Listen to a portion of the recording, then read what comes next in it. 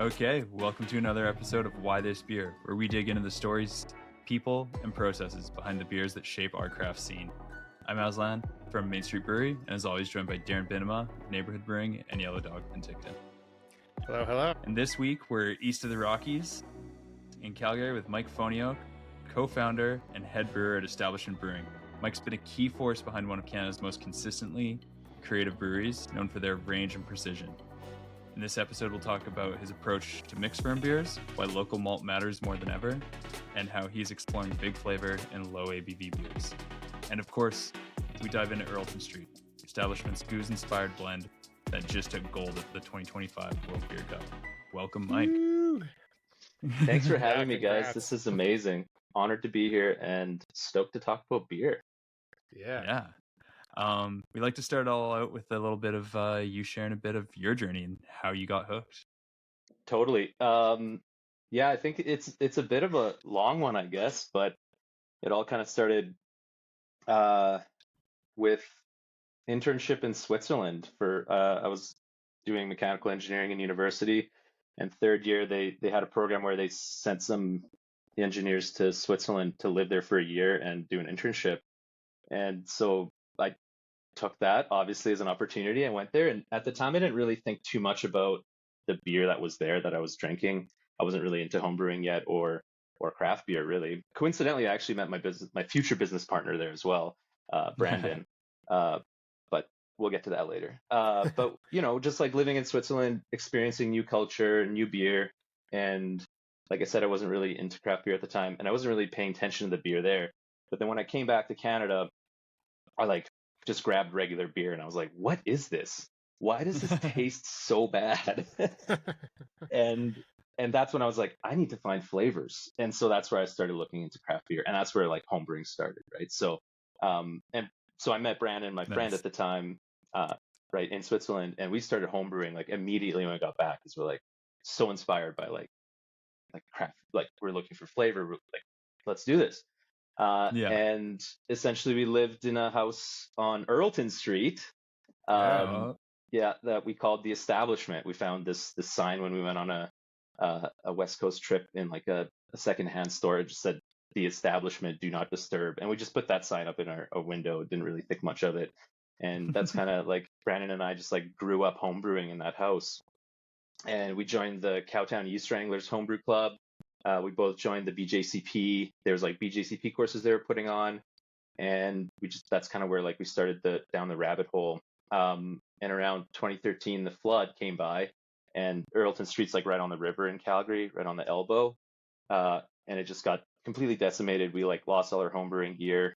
The basement got totally flooded, and we were just renting this house. We tore out the whole basement, and I was like talking to my roommates. I'm like, should I just like take over the basement with like new homebrew equipment and just build like basically like a nano micro like nano home brewery? And they're like, hell yeah, that sounds amazing. So the flood kind of really was the spark where it's like, now I have like all this equipment, all this passion, this like dedicated space downstairs where I can brew in the winter, because like I was brewing in the garage in the winter with like a propane setup, and it was just like freezing and like running hoses outside, just like cold hands and like frozen ground, and like running with carboys down the stairs. And it's like the classic homebrew stories, but now I had like a basement setup with like essentially like a floor drain and like a sink and an electric system, and it was just like, I just went totally bananas with it and continued down the BJCP journey. Eventually ended up like pursuing that until I got national BJCP rank, which was like amazing and super like learned so much along the way, just like meeting great people that had really great palates. And obviously during this whole time, I'm like, it's like every home brewer who touches homebrew equipment is like, I want to open up a brewery at some point, right? And it's like, so I'm sure you've heard this story before, and it's just like that spark is just like that fire just keeps going and going. So I set up a Europe trip at one point where I just went by myself and hit up, started in Cologne, did Dusseldorf, went through Belgium. I went down into actually Bamberg as well, just by myself. It was like a 2-week trip, just like learning. And in in Belgium, I came across this brewery. It's called Brewery Kerkum, and it was like that moment was like life changing for me. It was like this tiny brewery. The brewmaster came by. I had to like rent a bike, jump on a train, take this train to like some crazy town, and then bike along the streets for like an hour to find like a little town, and then find this little brewery. And then this whole journey was so inspirational. And then I had this like the most amazing Belgian beer ever, and it was called Bink Triple, and I was just like, this is it, I have to do this. So Nice. yeah, that was kind of crazy. So actually, when we opened up, we had a beer called Saint Truden. It was a Belgian single, and Brewery Kerkum is in Saint Truden in Belgium. So yeah, Nice. that was a very inspirational part of That's sweet. just like experiencing beer and just like the homebrew journey. Yeah. At one point, I actually ended up getting second place in Canadian Homebrewer of the Year as well, which is like, that was kind of crazy. Like I just went That's pretty full rad. on. Like I was like brewing like Yeah. 5 times a week sometimes. Like I would just come home and brew beer, and then my roommates would just like drink it, and I would just like put all this beer in competition and just like went crazy. Yeah. So yeah, and then I put together a business plan. Met, Brandon was already, I was homebrewing with him, so obviously he was on board, and he was like, hell yeah, let's freaking do this. And then I met my other business partner, Dave, who's actually also from the homebrew club. And yeah, we put together a business plan, got sourcing from friends and family, got a budget together, and yeah, kind of the rest is history. And we really just like focusing on just spreading the love of beer, because that's kind of where we all came from, right? It's like share that love. It's such a beautiful beverage, and yeah, it's great. And we all 3 of us have technical backgrounds, so Dave's got a technical background. Brandon and I have engineering backgrounds, and we approach beer very like scientifically, but also that's kind of why we're drawn to the mixed culture stuff, because that's like the art and the blend. That's like the the quantitative aspect, the science aspect, and then the qualitative aspect of mixed culture beer. I mean, put those 2 things together, it's just like magic happens. So it seems like Calgary's had like a very strong homebrew scene for a long time, with the like Cowtown Wranglers, and like Jonas and one of the other people involved in Cabin were both from the homebrew team as well, or homebrew club as well, right? Totally, yeah. Jonas and Darren and Hayden, they were all in the homebrew club. Yeah. We were good friends in the homebrew club. We were like competing with each other in the homebrew competitions, and sharing our beer and ideas. And that doesn't really, it hasn't really changed very much to this day. Like we're still friends. We're still sharing ideas and doing collabs, and competing with each other in homebrew in craft beer comps now. So it's great. Yeah. That's super fun. And yeah, I guess, and now like I'll tell you a little bit about like establishment and the system that we're working on from a technical perspective. So we actually we were very bootstrapped at the time. Like we did have like a decent funding budget to start, but we're such DIY people. So, we're like, let's build this ourselves. We can start this from scratch. And Dave was really good at woodworking, so he like basically built the entire tap room. We called it the Plywood Palace for a little while, because it was all made of plywood, but it looks gorgeous. And he did an excellent job there. And I did like all the glycol piping design, and I built all the glycol piping myself, like copper piping, and designed the steam, and designed the Chinese system like on AutoCAD, and then flew out and like checked it out. And so we like really built this system ground up, and it was just the startup was just insane.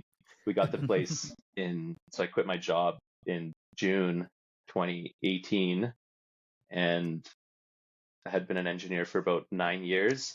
And so I quit my job then, and then in January, at the end of January 2019, we opened up. So it was like, I don't even know where those months went. Like it was just like, it's like we got the keys, and then all of a sudden we're like open. It's just like, whoa.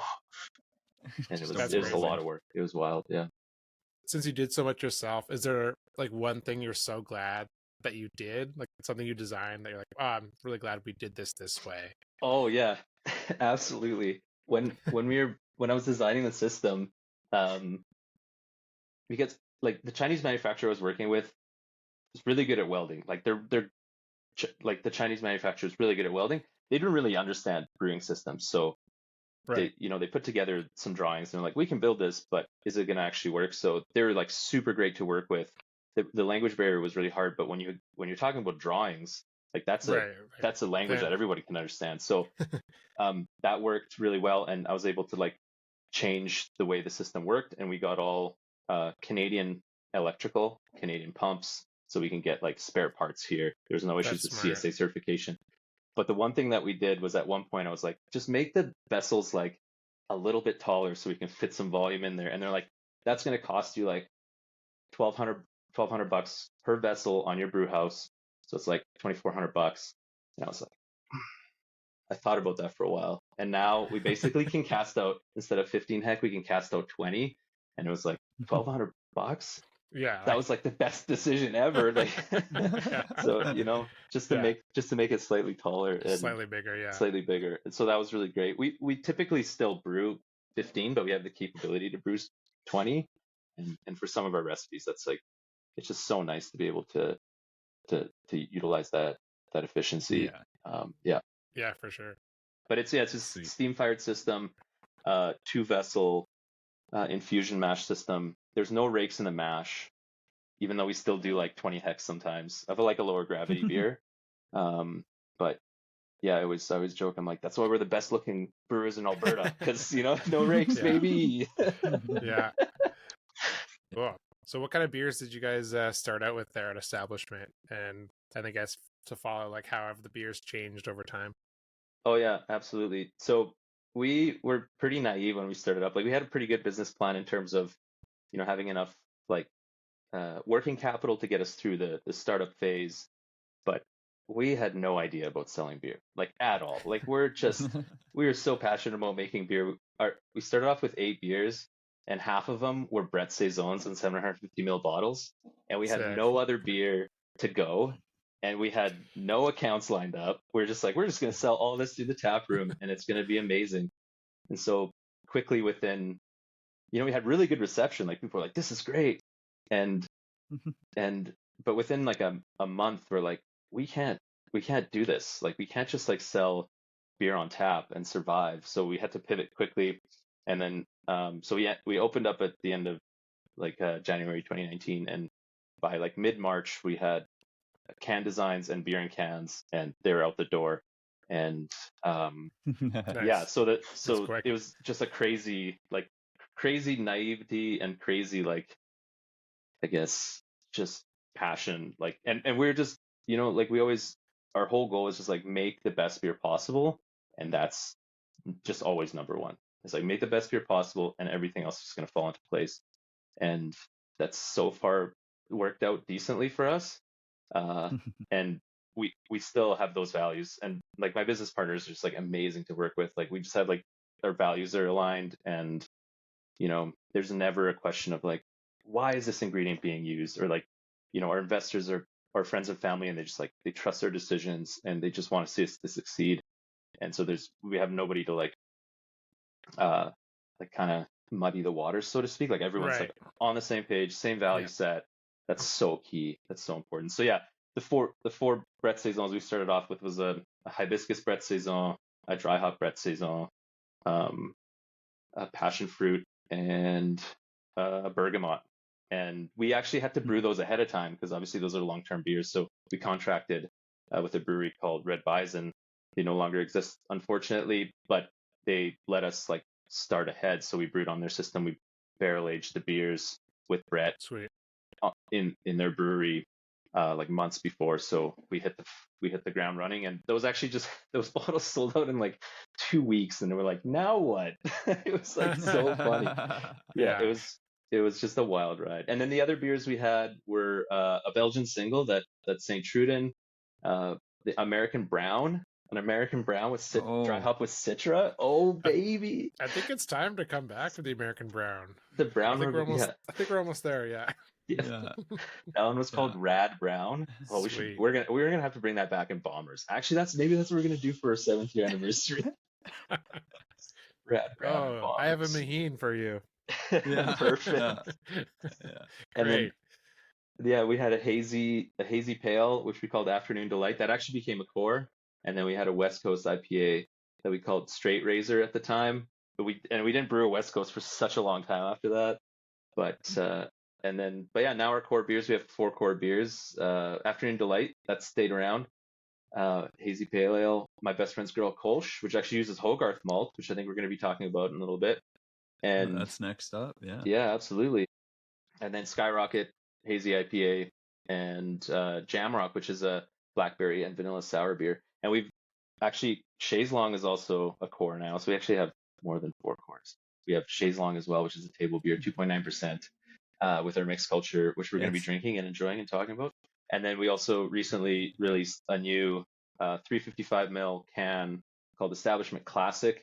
It's just a lager beer, 4.1%. Just a beautiful, simple beer. Yeah. Drinks amazing, and I'm drinking it right now, actually. The shifty. Nice. Perfect. Yeah. Yeah. Totally. Yeah. So with I mean, maybe we should jump ahead a little bit because I want to talk about the beer I'm drinking right now, which is Earlton Street. Absolutely. Let me jump on that as well. But I know you said this is something that like came up before when we were traveling together, but the distinct aroma on this is like it has those like aged hops character, and like your discussion of taking no shortcuts and whatever. How long did you start planning your aged hops before and now it's in a rotation because this is what, 5th year of Earlton Street? Yeah, it's essentially like Earlton Streets are you pretty much nailed it. Earlton Streets are our yearly anniversary blend. So the philosophy behind Earlton Street is out of like our 80 barrels that we have, our mixed culture program, which actually never stopped from the beginning, right? Like we had those barrel aged Brett saisons, and we just kept making mixed culture beer. And every year we did a blend that's like a special blend for us, and it kind of exemplifies the house culture, and there's really nothing else but just like a blend of essentially our favorite barrels or a direction that we're inspired by. So at the beginning, we actually weren't using like a ton of aged hops. We were using a little bit, but as we went along and as the acidity kind of increased in our barrels, we needed to combat that, and that's what Belgian breweries are doing. They're just using aged hops in like large amounts. And that became like a huge like eye-opening thing, because coming from the BJCP world, if you actually read the BJCP guidelines and you read Lambic or Goose, it actually says there's no hop aroma and no hop flavor, which I think is like I love the BJCP. I hold it dear to my heart, and I would recommend anybody to go through that program because it's like growing your palate and everything, right? But I think they kind of missed the mark on that. Like the aged hop is such a key element of this style of beer, and the dosage rate's like quite high. It's like we're around like 3.5 or about 3.5 grams per liter, which is just under like a pound per barrel of hops going into the boil, aged hops. So there's going to be a lot of impact there, and that aroma comes through. But yeah, so every year we do this blend, and we're just like, and the past few years we've been really leaning towards more of like a goose inspired blend. So this one is the one we're drinking right now, which ended up winning gold in the World Beer Cup, is the 2023 blend. Which no small feat. Yeah, that's crazy. Yeah, like we're over we're over the moon. Like this beer is so close to our heart. Every year we go through like an extensive blending session. It's like one of our favorite things to do. It's like multi days where we Damon is our barrel program lead. Shout out to Damon. He's absolutely killing it. And he's doing all like a lot of the heavy lifting. We're literally like our barrel. If you've ever been to a tap room, we have like over 80 barrels, and the barrels like line the tap room, kind of create like a tap room wall. Yeah. Those are all like functional barrels, and he can't move those during the week, so he has to come in on like the weekends, like Sunday morning when the tap room's not running, when there's production not happening, because the barrels don't take up a lot of space when they're stacked, but then the moment you have to work on them, they're just like all over the place, right? So Damon's like super passionate. He's really like led this barrel program to like new places that we wouldn't have, and he's such a great add to the team, and we love him. So shout out to Damon. But where were we going with that? I was getting too excited. I guess what I want to know is we kind of just jumped into the beer, but like how you kind of approach this beer of like you kind of said that you blend it once a year. Yeah. Are you looking at like the ages of the barrels and kind of is it like multi-year blend? I'm assuming it is, but like you can kind of talk about like what years you kind of blend together. And then like how many barrels would you blend together, or would you kind of like would it be dictated by what you kind of want to add? Totally. It's a bit different every year. like kind of what I mentioned, where it's based on what we're inspired by. This one's essentially, the year before this was like basically a strict goose blend. It was like 1, 2, 3 and 1, 2, 3 year lambic inspired beer, and we blended those together, and we essentially follow méthode traditionnelle, except for we don't do spontaneous fermentation, and we do re-yeast and re-sugar at bottling. So it was essentially like a good style blend where we take lambic inspired beers 1, 2, 3 year, and then we put them together. The year after that, which is this year, we really got into dry hopped lambic inspired beer. So lambic inspired beer that's been in barrel for about 8-ish months. It gets dry hops, and it just gets this insane bouquet of like overripe, juicy fruit and like almost like rotten fruit. And so this particular blend is a puncheon of about just over a year of lambic inspired beer. Actually, no, that one's almost 2 years. And then a single 225 liter barrel of a 1 year lambic inspired beer, and then one barrel, a 225 liter barrel of a dry hop lambic inspired beer blended together. So it's like, oh, rad. It's crazy. And then the year after, the year following is like we lean more into those like dry hop barrels, but the base is essentially always like turbid mash, aged hops in the boil. And I think we've kind of developed this like unique method where we reuse our house culture. Our house culture kind of came from a variety of different bottle drags and some backyard captures from Brandon's home brewing days. We like kept all these, kept the bottles and just kept like reusing them. And at this point, the way that we keep our house culture is it just lives in the barrels. And then whenever we want to use it, we'll select a barrel that's like relatively young. And I don't think I've actually ever heard of anybody doing this method, which is kind of cool. I'm sure someone's already done it, but we basically take a barrel, we split it in half, and then we feed it with some like hopped wort, because we want to make sure that we want to kind of suppress some of those like kind of restrain the lactic acid bacteria. Yeah, absolutely. Yeah. So we usually use like like a lager or like our Kolsch, which is like decently hopped. We use the wort, basically top up those 2 barrels. So now we basically have 2 barrel starters, and then we do the turbid mash process, and we split. We let that grow up for a couple of days, so it's like active, like really like active, like blowing out of the bung hole, and that's like, oh, it's time to brew. So then we brew the lambic inspired beer, the wort, and then the turbid wort goes into the barrels, and then we just like inoculate using those 2. So we usually have like 12 barrels total. 2 of them are the kind of the starter barrels, and that's how we keep repropagating our house culture. And we'll rinse our barrels in between with hot water. So after we'll keep reusing our barrels until they essentially stop making good beer. Yeah, and we're using because you're probably inhibiting the lactic from like really getting to a hold too. Like, and because some of these yeasts take so long to give flavor, like a long-term like Brett or something, and it's cool. Absolutely.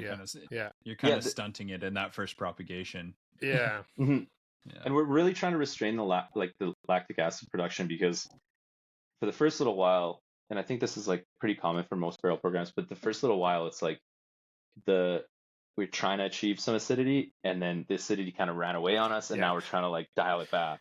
And I think we're in a comfortable spot right now. We have a lot of our barrels are actually just like bitter Brett Saison. Like it's just like there's no acidity. It's just like hops, nice, and fully attenuated, like zero, like dry Brett Saison with our house culture, right? But it would just hop it so hard that it just like produces no acidity, and then we use that as like blending component to like, especially if we're doing like a beer with apricots or something that has inherently a lot of acidity once those sugars are fermented. You need something that's like zero acidity. So we have quite a lot of our barrel stock is actually just like dry saison that has no acidity. And that's been a journey. It's just like combating the acidity, finding that balance. Right now, we're kind of at a spot where the average time, like the average barrel residence time before we do the blend is like about 16 months. It's not crazy long. And if it goes any longer than like 2 years, the risk of developing VA, like volatile acidity, ethyl acetate, acetic acid, it just turns to vinegar essentially. And then at that point, we're just like the barrel and the beer is gone. Like we'll never use that barrel again. It's like there could be acetobacter in there. We don't want to take the risk. So yeah, especially when you're blending it with other beers. Like you have 2 other good barrels or something you want to blend it with. Like, is it risk adding this other kind of wild card in there with it just because you're like, well, we have it. It's got positive attributes. Like it might have like a little VA or something like that. Totally. And there's like you can have such a small amount. But it's such a fine line. And people's palates pick it up differently, right? Like I think a little bit of ethyl acetate in small amounts is like super fruity, but if you just go over that threshold, it's just like instant nail polish, and then you get the throat burn. And ethyl acetate's essentially just like an indication that too much oxygen is getting in the barrel, and there's probably going to be vinegar down the road. So it's like either use this barrel now, or it's like in a month it's like it's gone. And it's sad, but it's part of the barrel aging, I think. But we have found that like the larger the vessel format, so like puncheons, they can handle the beer for longer times because the surface area to volume ratio and all that stuff. Less contact time, So I'm guessing you're topping up your barrels like often to kind of combat that. We don't actually top up our barrels too often. Like we do a little bit for like the longer age stuff. Like if it's going to be like a lambic inspired beer that we're going to be, pushing that 1.5, 2 year mark, then we'll top it up. So we'll have like one of the barrels will get redistributed over because all the barrel fermentation, there's a lot of blow off happening, and then you just like lose that volume. And but I think the challenge that we have is the movement of the barrels. Like we don't have like a dedicated storage facility or a dedicated storage room with humidity control or temperature control. It's just they're literally in the tap room, right? And so unfortunately, sometimes to get to the barrel that's at the very end, you have to move all these barrels. I think moving the barrels is probably the worst thing you can do. It's just something that we have to do, unfortunately, just the way that we're set up. So but we make it work, and it's brewing. Yeah. And with the aged hops, what's been the process in that? Oh yeah, totally. So we initially just bought a lot of aged hops, hilariously from a company called Fresh Hops. Back in the day, it's just a homebrew supply company that supplies like whole leaf hops. And I contacted them early on because I'm like, I really wanted whole leaf, and I just contacted them and I was like, do you have any like old aged hops? And they're like, yep. And they sent us a sample, and it was stored really well. And so it was still in the bale, and it was like, it didn't get moldy. It was stored well, and we just broke it up and we started aging it, and it was already kind of partially aged. And right now we just basically have them in paper bags, like those, those Home Depot, like yard bags. Like we just have them in there, and it's actually a great bag to store hops in. But I'm a huge top. It's like, don't throw these out. Like these are aged hops. Exactly. Yeah. This is not yard waste. No. And they just keep aging. But so we have like 2012 Liberty, and that's a beautiful hop for us. Like if you haven't aged hops, like it goes through like a cheesy kind of thing, but I think it's so, and then it goes into like this marmalade tea, like that just like smells like it just smells like marmalade, and it's sweet and kind of like almost rotten, and some people still get a little foot in there, but I think it's past that like cheesy stage. And I think it's important to keep it in the whole leaf form, and make sure that air gets in there so it doesn't like rot. You need it to dry, oxygen contact.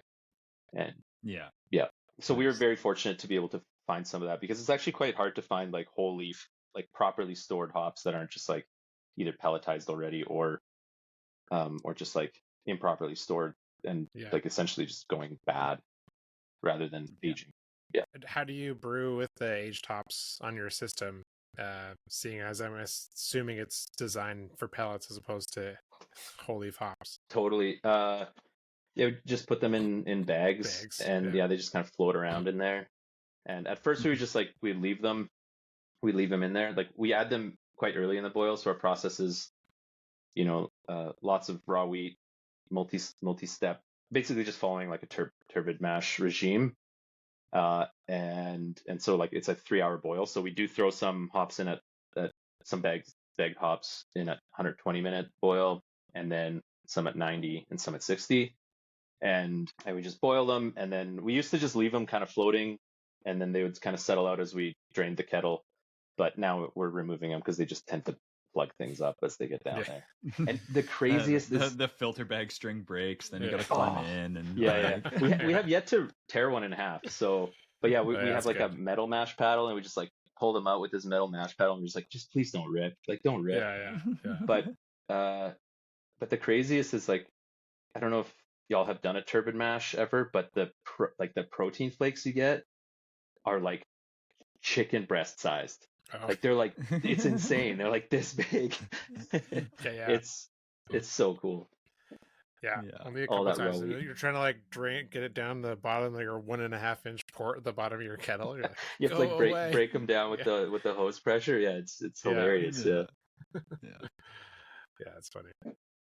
So yeah, Earlton Streets is like just like a beer that's really close to our hearts, and it evolves every year. And actually, the year before this, we actually put a little bit. I think we put a little bit too much VA in it, and because we were kind of pushing the boundaries of that, we were actually drinking some Lambic beer together with Damon, and we came across there's a beer that we came across in our lineup of bottles that was like quite heavy in acetic acid and VA, and it's like, oh, that's really too bad. But then we kind of just started like blending it back a little bit, and what we noticed is like just the tiniest amount gave us this. I don't know if you've ever like noticed, but like a really well made or like kind of like an aged goose will have a little. It's not like corked character, but it almost like smells like cork.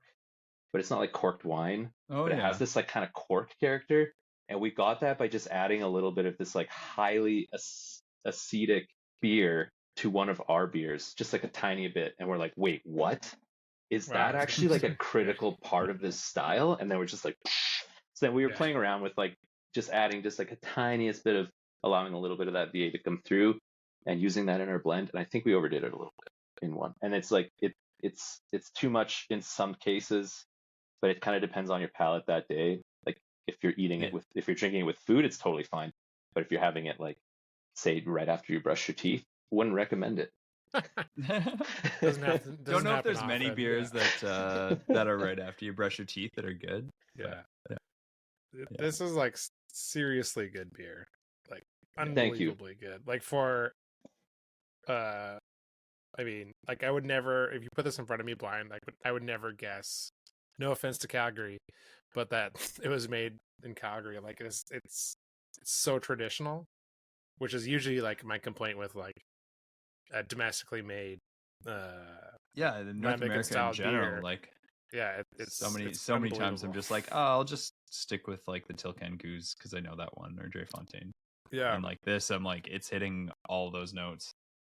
It's if anything has like less acidity than like other, like my last recollection of like having Cantillon or something like that, but I like that very much. So thanks guys. Thanks. That means a lot. The acidity thing has been a journey.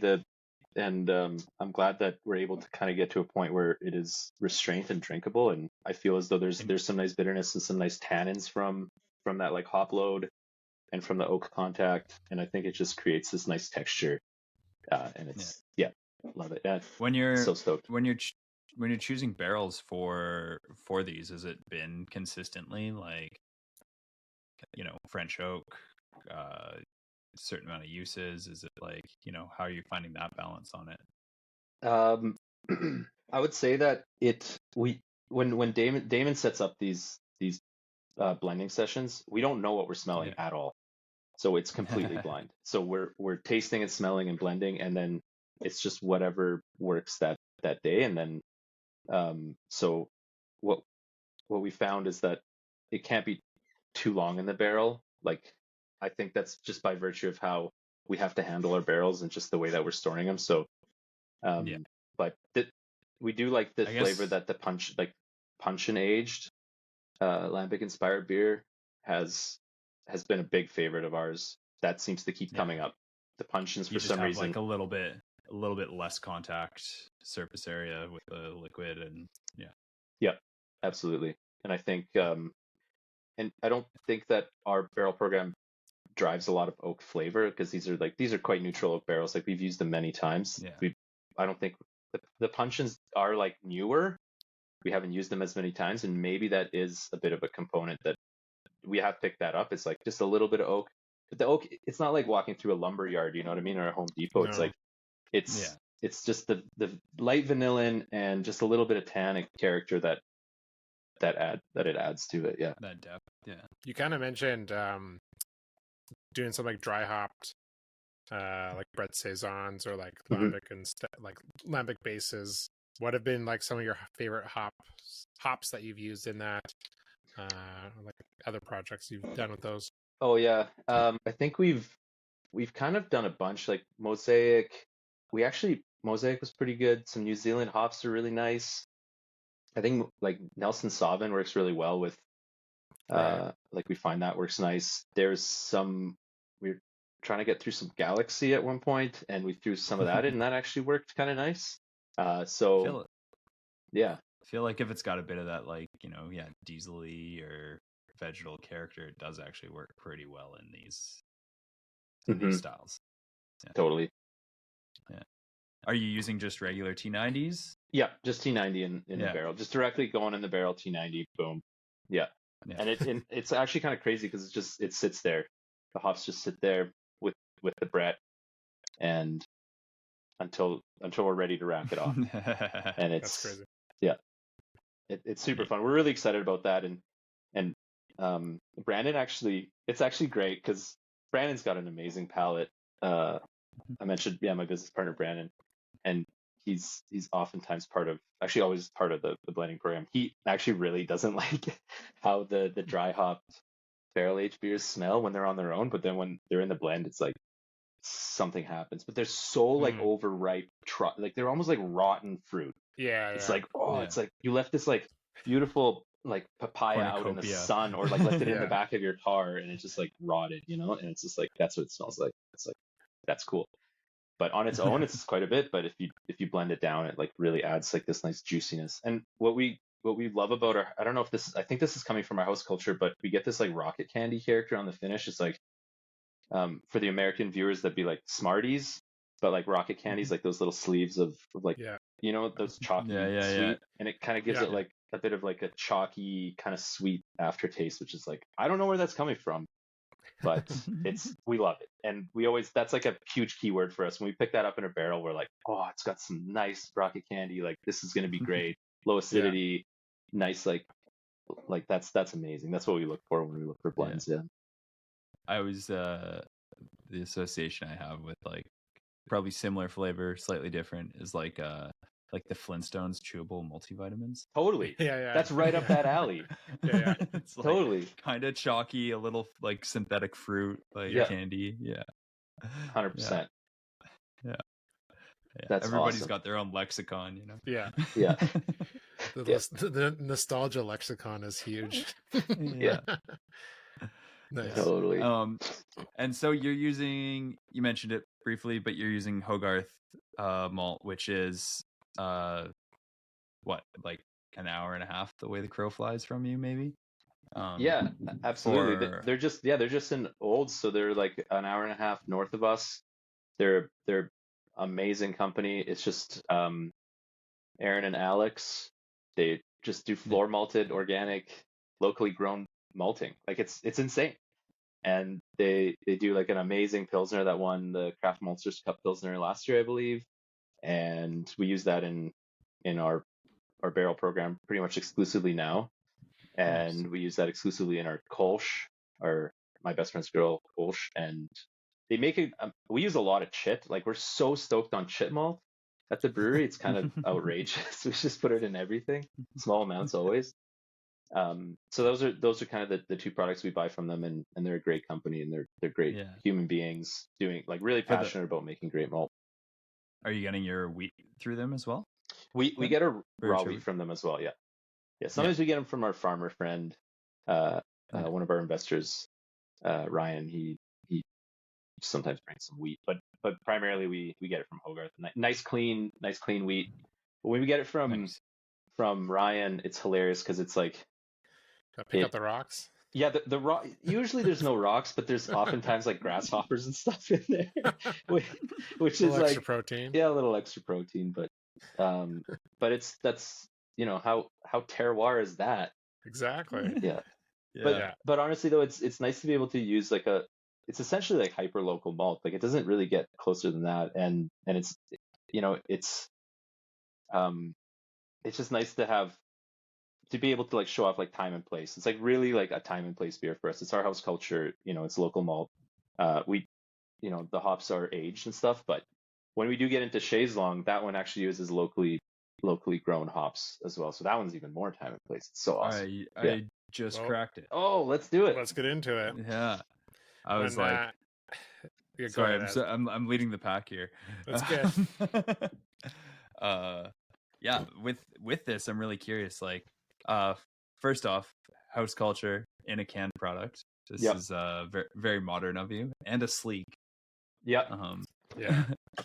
There's some cocktail drinkers that are like, "What did I buy?" Exactly. Yeah. Got him. Yeah, exactly. Is this Piquette? No, but kind of.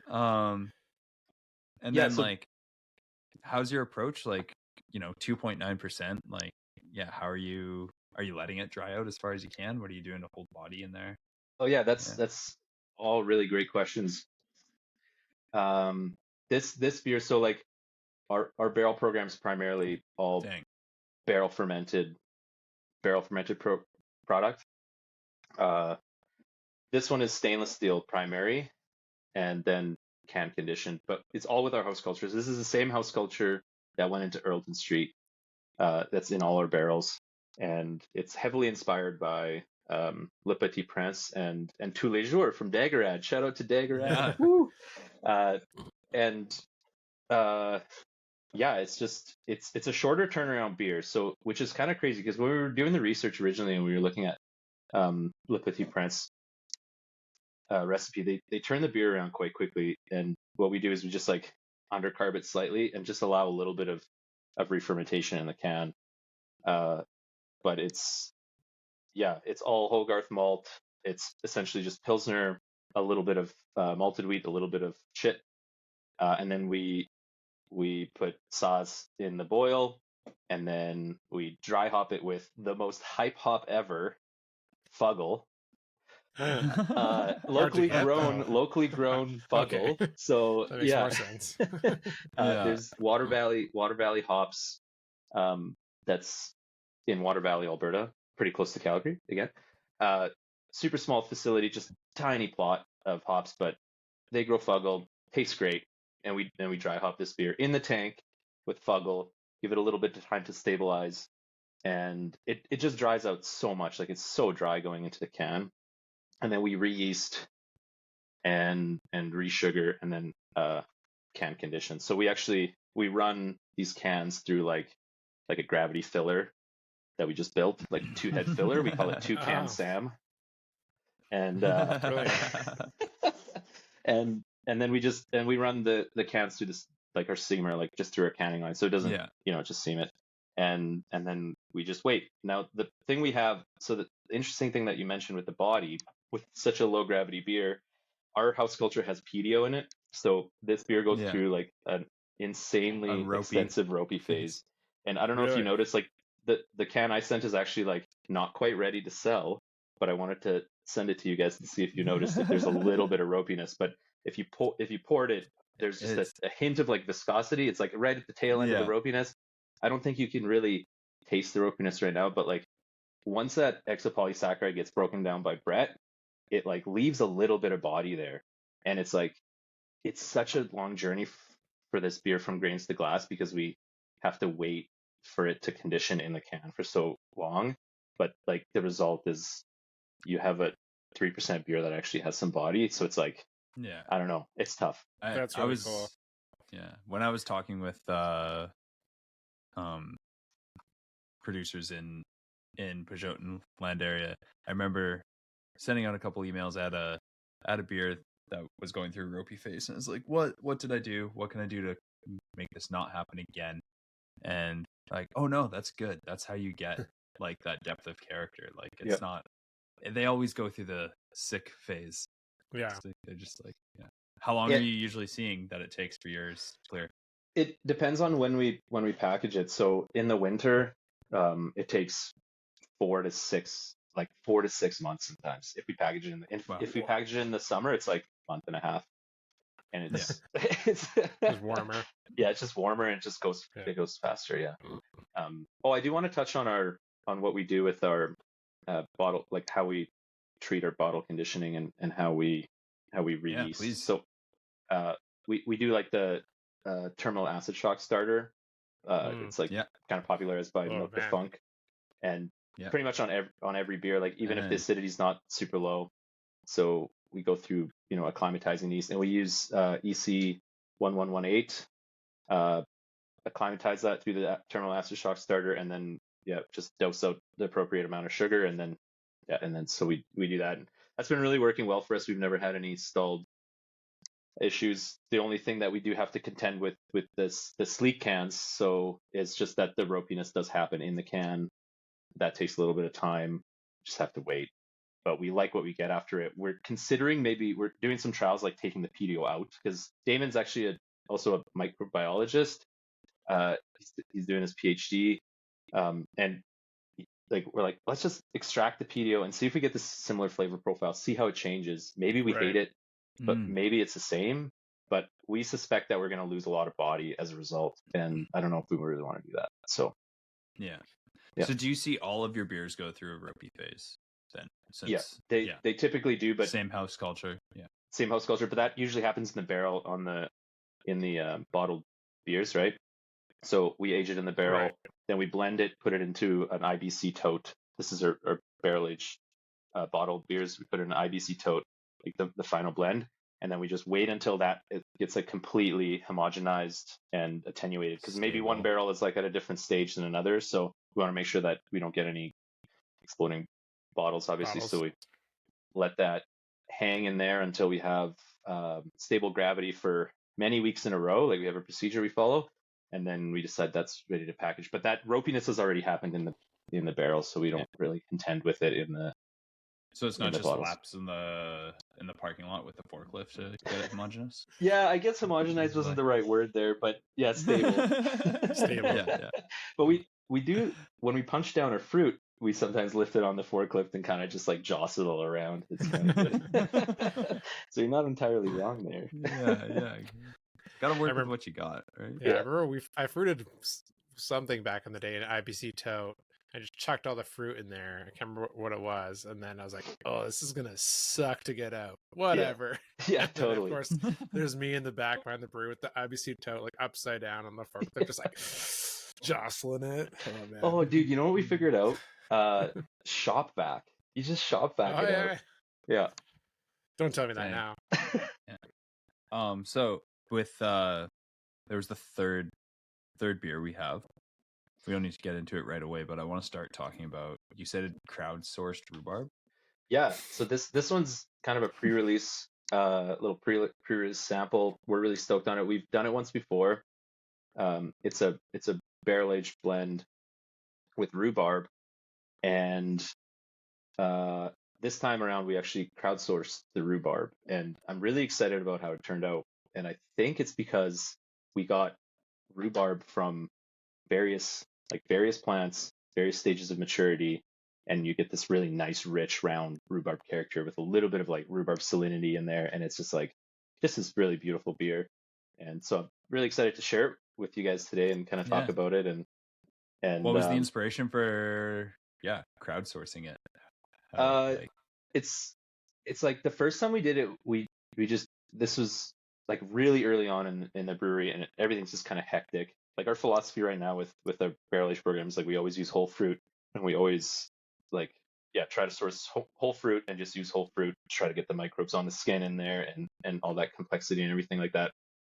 When we were first starting up, we really didn't have enough capacity to kind of manage all of that at once. So we're using puree, and we used puree rhubarb, really great, nice product. It was really good. But then this time around, we're like, okay, well, how do we get enough rhubarb?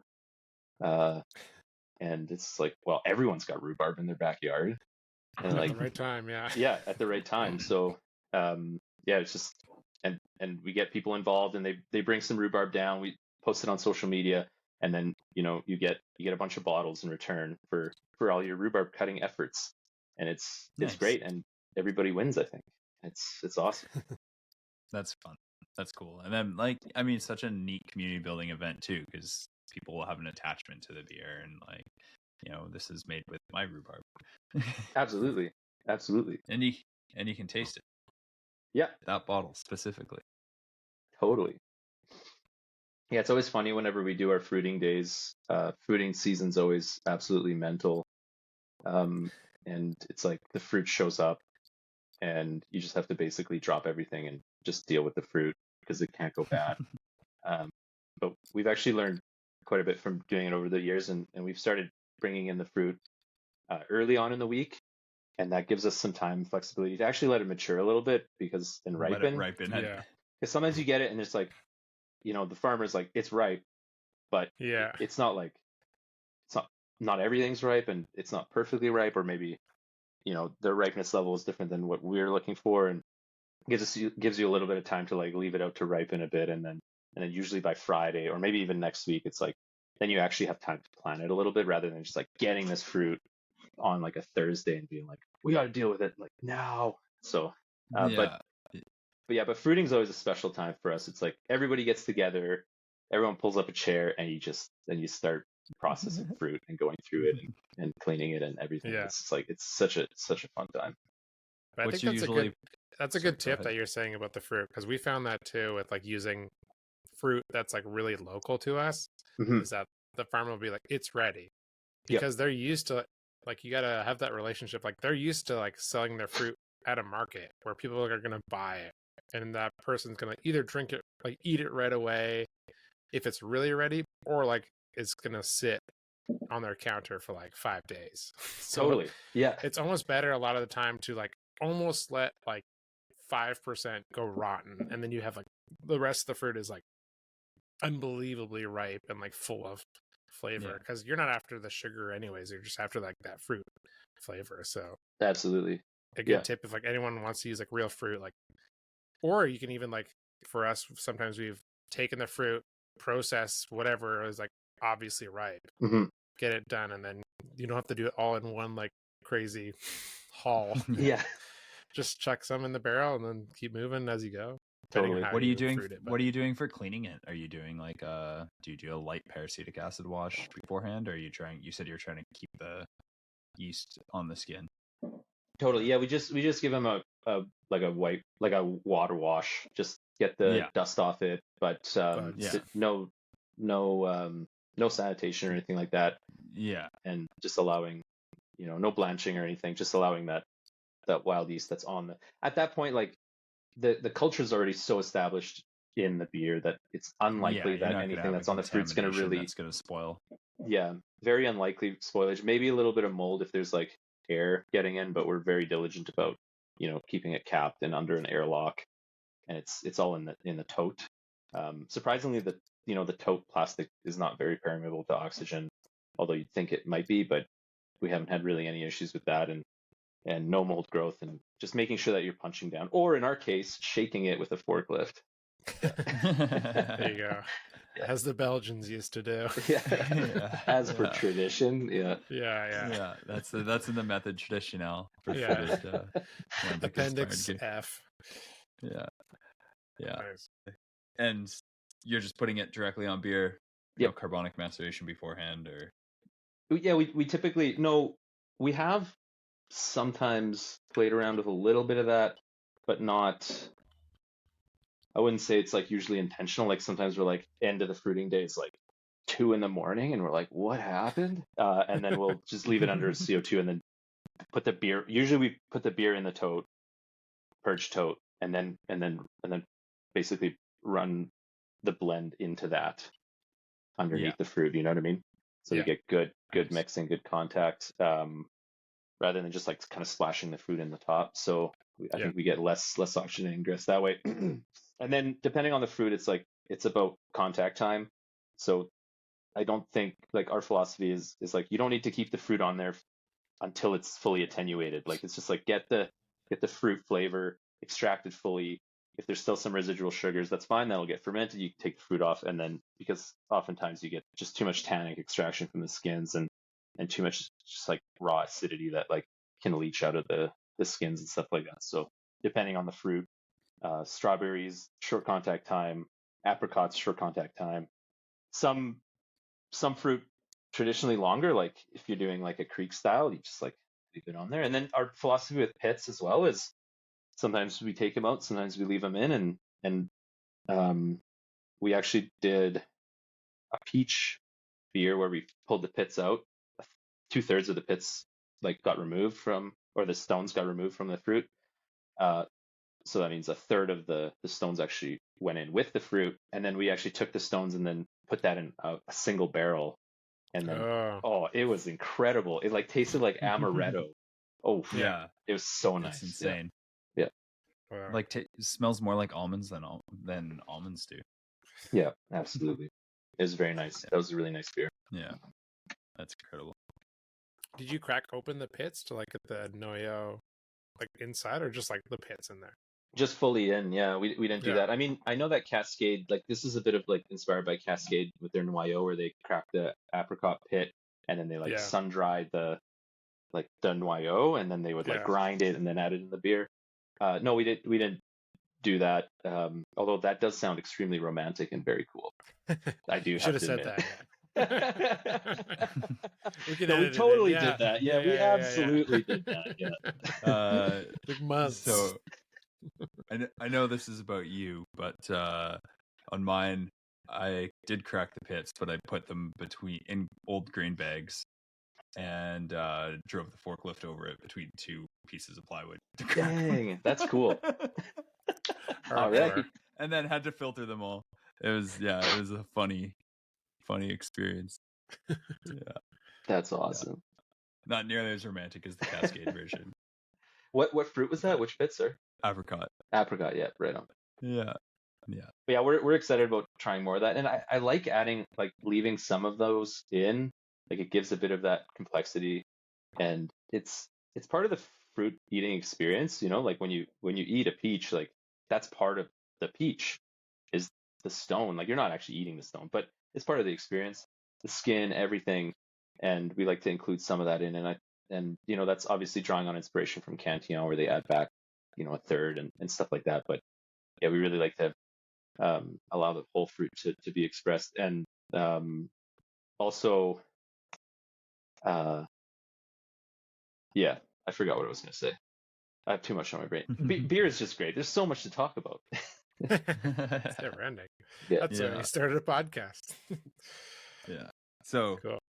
With your recent trip to Bamberg and Czech for a pretty full-on immersive, intensive beer trip, what were some of the key takeaways that you feel like you might be able to put in place at establishment, or might be things on your mind? Oh man! Just, other than wearing this Lucre shirt all the time, yeah. I think the coolest thing, there's just so much to take away. Just a lot more diacetyl. Yeah, exactly. Butter all the way. Beer is in the national and the cultural pride there. Like, beer is like part of life in Czech Republic. And that was like, I don't know if that like really clicked before, and it really clicked. And it's like, drinkability is such a key aspect of beer there. Like, when talking to the brewers, everyone's talking about drinkability. It's like, we tried this one thing and people drank less of it, And it's like, so we went back to what we used to do because people drank more. And they did mention that like the consumer is like quite conservative in the Czech Republic. They really like traditional beer flavors, so just beer that they're used to, essentially. And that maybe has something to do with it. But I think the brewers always approaching the beer with drinkability in mind, and it's like that was such a nice like thing to hear. And I've always kind of had that aspect too. It's like balance, drinkability is like the key aspect of beer. If you can't go back to that beer a second time, is it really a good beer?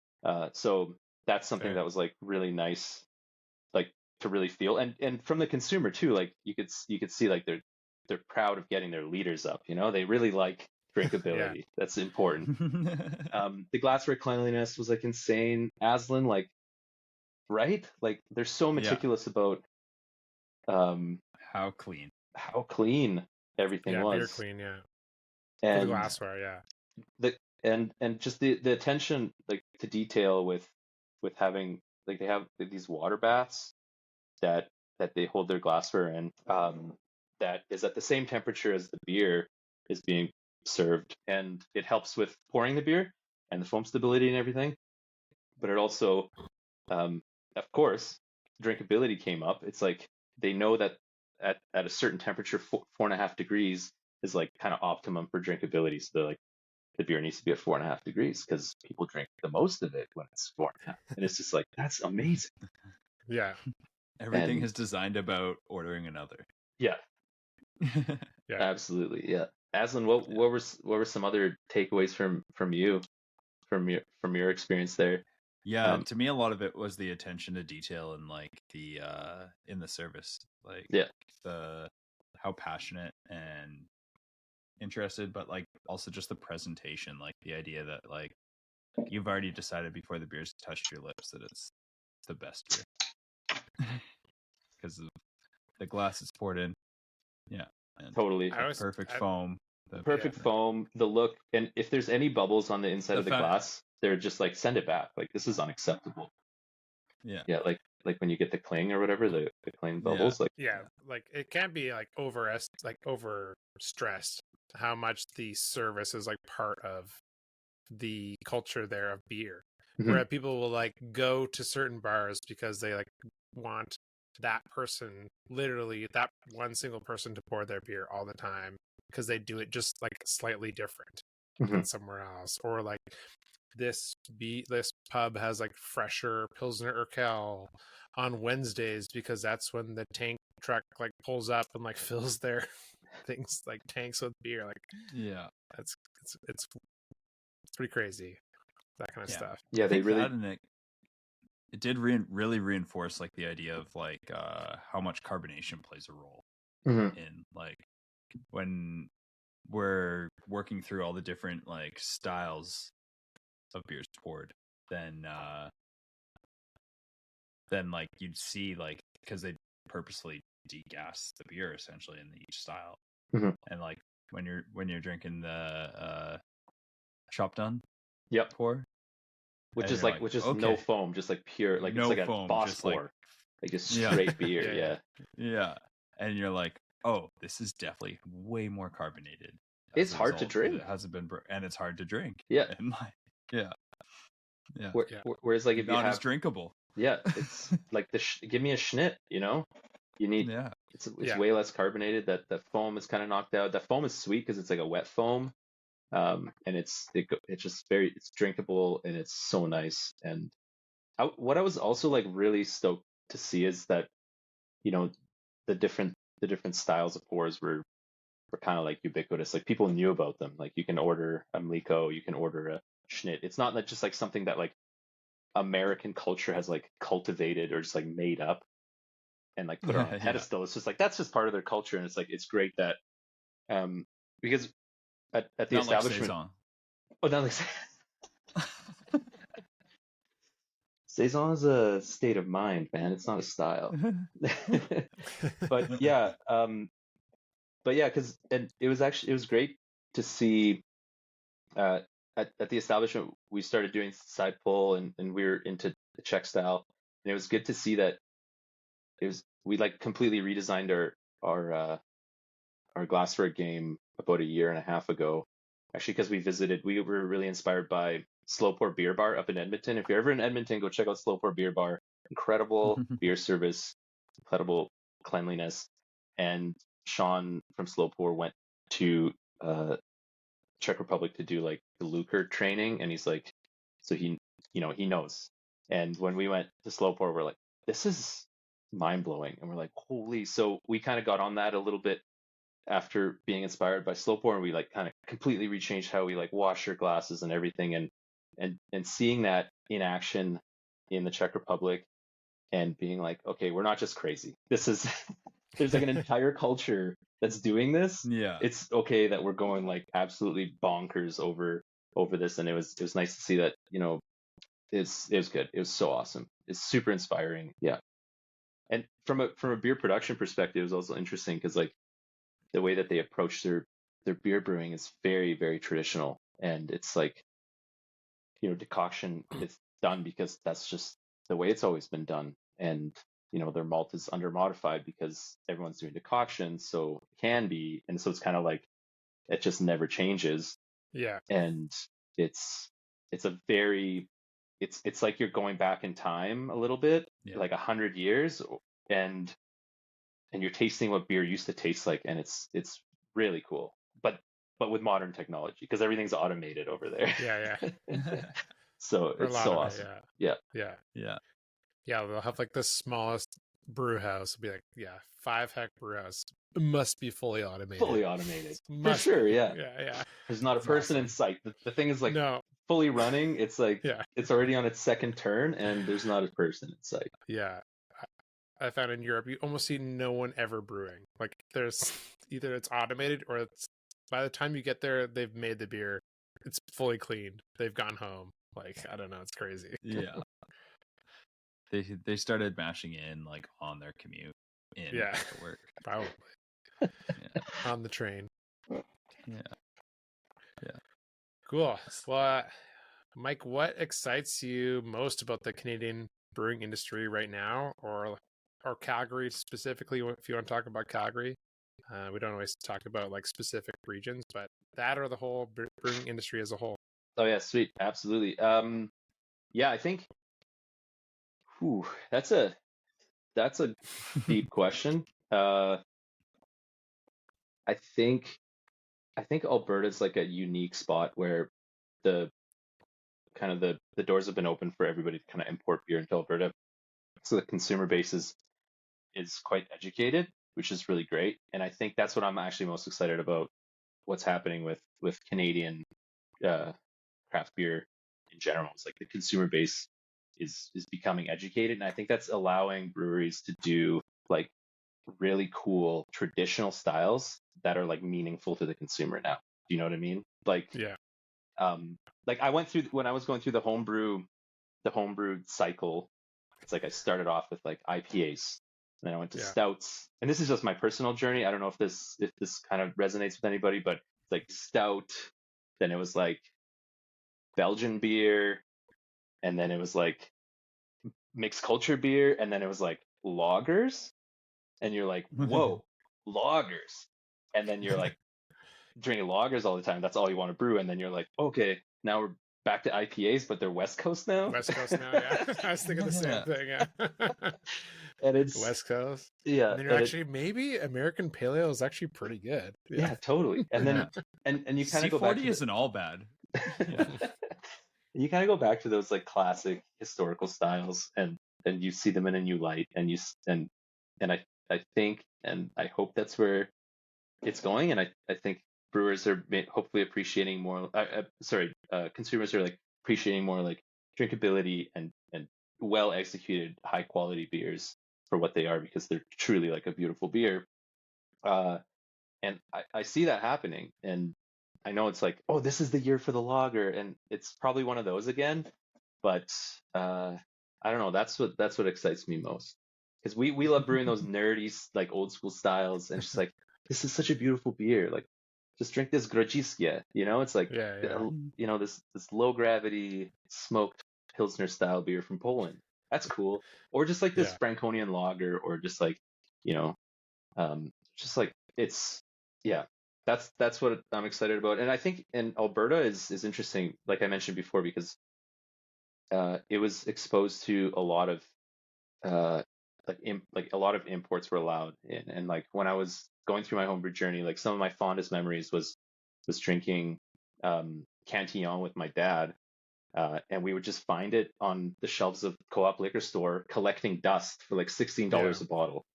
And this was, this was before this was like early, I don't know, 2012, 2011 or whatever, right? Like it was back in the day, and the consumer was exposed to these beautiful beers, and so there's a lot of like education there already. So I think Alberta's in a unique spot that allows us nerdy brewers to maybe like create these like delicate styles and actually have some reception of it. Yeah. That's awesome. And so for those new to the craft beer industry or just getting it in, just go to the beer store and like get as many as you can. But aside from that, what other advice do you have for people just getting into the brewing industry? Yeah, whether it's like front of house or like back of house production or totally whatever, it's I think I would say, like, from drawing from my experiences, work on your palate, like develop like a really good palate for beer, work on your own vocabulary. I think that being able to describe a beer, being able to differentiate like mouthfeel versus flavor versus aroma versus well, obviously appearance, that's easy, but I think that's so important. If you're able to kind of like reverse engineer a beer, that's like the holy grail of brewing. If you can taste the beer and be like, I know exactly how that was made, and I can reproduce this, that's like that's the holy grail in my opinion. Superpower, right? Yeah. And I think that having like a like a refined palate is key to that. It's like first and foremost, and that happens like as a brewer every day. You're doing QC and you're tasting beer and you're evaluating it, and you're always thinking about it, and it's like such an important aspect. So I think working on your palate's like super huge. And I think for me personally, the BJCP, like going through that program was like incredible. Finding another thing I would say is like find a mentor. There's like so much noise out there. Everyone's got so many opinions, and I'm not saying they're all wrong, but I mean, this podcast is full of them. Exactly. But no, that's great. And that's actually what makes like craft beer and brewing in general like so great, because there's information everywhere and everyone's sharing information. But I also think it's important to like have or refer to books or have some kind of like baseline. Like books are a great resource, and they're usually well researched, and they've been like instrumental to some of like my successes. Is like personally, it's like I brewed a beer I'm happy with because I did like critical research from a book, a source that I trust, or I talked to somebody that I consider a mentor, and that was important as well. So those would be things that worked for me in the past. Nice. Yeah, we had Graham on from Parallel 49. He said similar things of like, find someone that you can trust, that's going to give you good advice too, or they might not know everything about every style, but they're going to have like good information for you. And totally, it's good to find someone like that. And good like critical feedback that you trust somebody to give you honest feedback. I think is like really important too. I mean, I think it's kind of like the brewer's curse. It's like I'm never happy with the beer. I'm always like, it could be better. Mm-hmm. And it's good to get like somebody that you trust with a really good palate to be able to give you some feedback on the beer. And sometimes it's like, dude, this is really good. Like, stop worrying. It's like great. And it's like that's good too. And oftentimes it's like, dude, this has like DMS, man. Like you got to boil longer, or your whirlpool stand is too long, or something like that. And it's getting that feedback, because oftentimes people unfortunately don't fully speak their mind when they taste the beer and they're like, oh, this isn't super great, and they kind of feel shy expressing that. So it is important to get that for sure. Yeah. Nice. So for when you're not at the brewery, how do you like to spend your time? unfortunately I have too many hobbies. A lot of them have been on hold a little bit with the past, like with the brewery startup and everything. But generally, snowboarding and mountain biking. Mountain biking in the summer, big time. Recently, over the past 2 years, I got into cheese making, into black and white photography. I got a dark room in my basement. And it's just like I'm thinking about Nice. getting into like curing meat now, like sausages you and go. salami and stuff. It's just like it never ends, Yeah. dude. Yeah. But like super pumped about like I You'll still like have that whole cured like leg on the Oh like, yeah. lamb leg on the spit or whatever. He's on Facebook What's it? Marketplace trying to find a nice like a cold like a fridge you can make into like a cold room or something like that. Yeah, 100%. Yeah. It's like, Yeah, how can I turn this cheese cave into like a meat Yeah. aging cave? Yeah. Yeah. Yeah, just lots of hobbies and trying to go outdoors, love the outdoors. Mountain biking is like a huge thing for me. I love mountain biking. And Cool. It's been so great having you on the podcast. it's been Nice to great. chat. Thanks so much. Yeah. Thanks for And sending us all these great beers. And if great you're selection. in Calgary, definitely go check out the Establishment Brewing. There's also like a bunch of breweries kind of in your neck of the woods as well. So, find a DD and make a whole day of it or weekend of it. The Calgary beer scene is like really great. Got some really, really good breweries out there and even better people. So if you are out here on the West Coast, like we are, definitely, it's not too far to get a flight out there or make a road trip, especially now we're going into summer. It's a great time to get out there. So if you're there, go visit the establishment. And I got flare flights for $130. there you Heck go. yeah. Nice. Yeah. Do you guys distribute any beer outside of Alberta? We do just a little bit into Saskatchewan and Manitoba, none in BC, but we're heading out to Farmhouse Fest this year. Not sure when this podcast is being released, but yeah, Farmhouse Fest 2025, we should be there, and that's always, I think it's like an unbelievable festival. We try to go every year, and it's so fun. That'll be August, I believe, this year, right? Yeah, absolutely. Yeah, it'll be out. This podcast will be out before August, so if you go out there, I'm sure you guys will be pouring Earlton Street as well, so you can try this beer there at the festival. And other mixed firm beers that you guys have as well.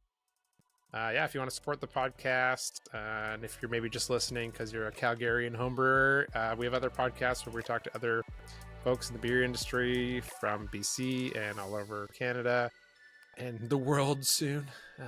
But yeah. As well as Jonas, actually. Earlier. Yeah, we have one for Jonas from Cabin Brewing a couple episodes back. You can listen to that one as well. Learn more about IPAs and things like that. So yeah, we do the whole spectrum here. If you want to support the podcast, you can tell your friends about it. We're on Instagram at Why This Beer. We're on Facebook as well if you are still on those platforms. If you want to support Aslan and I, you can buy our beer, Yellow Dog Brewing beer, Neighborhood Brewing beer, and then Aslan's Main Street Brewing beer, wherever you guys buy good beer. Anything else, Aslan? No, I think that's all. Thanks so much. Sweet. Yeah, thanks, Mike. It's been a pleasure. Thanks for having me on. So fun. Yeah. Till next time, guys. Cheers. Cheers. Cheers. Cheers.